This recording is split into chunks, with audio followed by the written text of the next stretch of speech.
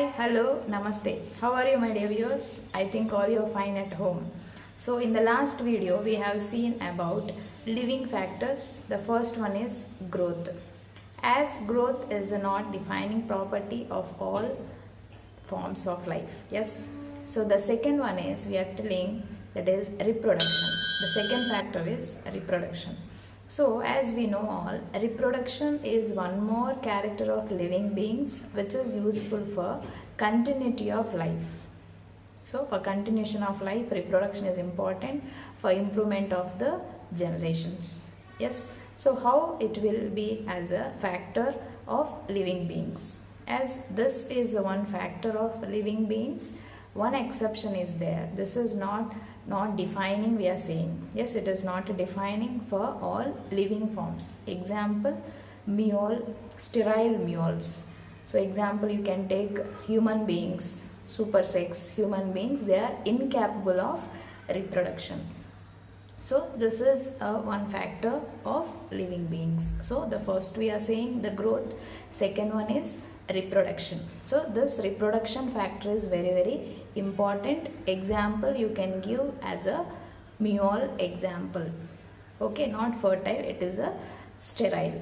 Clear? Next one is, the next factor we are moving to metabolism. So the third is metabolism. What is this metabolism? So if you take all destructive and constructive process. So metabolism, example if you take inside the body, respiration, digestion, excretion.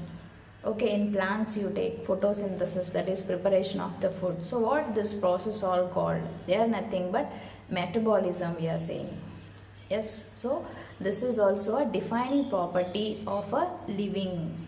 Growth is not defining.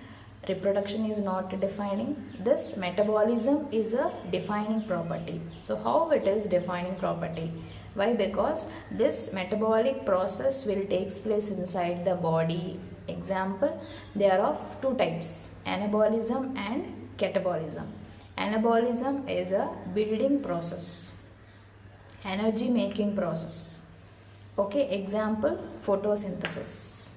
So example in plants, the making process is called anabolism inside the body.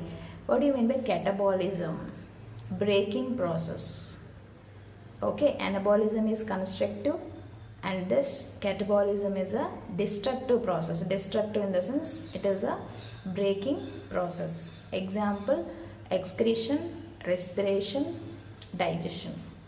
Okay, so here in catabolism, body mass will be reduces. In anabolism, body mass will be increases. So why this metabolic factor is a defining for all the living beings. What about outside the body, that we are calling as a inside, in vitro condition, the metabolic reactions. In vitro conditions if you take, metabolic reactions we can do catabolically and anabolically in the test tube, but they are not exactly similar. What is happening inside the body? That is the difference between the metabolism inside the body, metabolism outside, that is called in vitro condition. So growth and reproduction is not a defining properties, but metabolism is a defining property. So for exam point of view, in competitive exams, correct incorrect statements, these statements are very useful for you. So along with that 2-mark question, it will be useful for you along with the examples. So see the statements and study. Hope it is useful for you. Okay, so next factor we'll see in next part. Okay, thank you for watching.